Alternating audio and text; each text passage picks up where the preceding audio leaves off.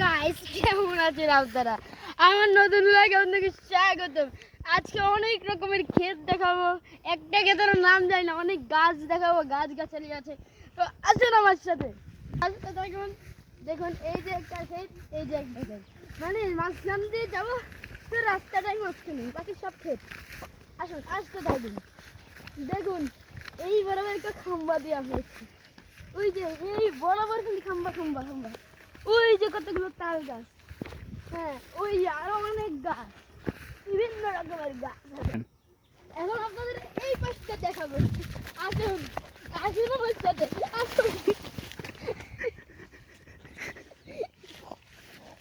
Guys, কি হলো? এই যে আসুন গাইস চলুন দেখুন আমরা কি পেয়েছি। দেখেন গাইস, এখানে জুয়া খেলা হয়।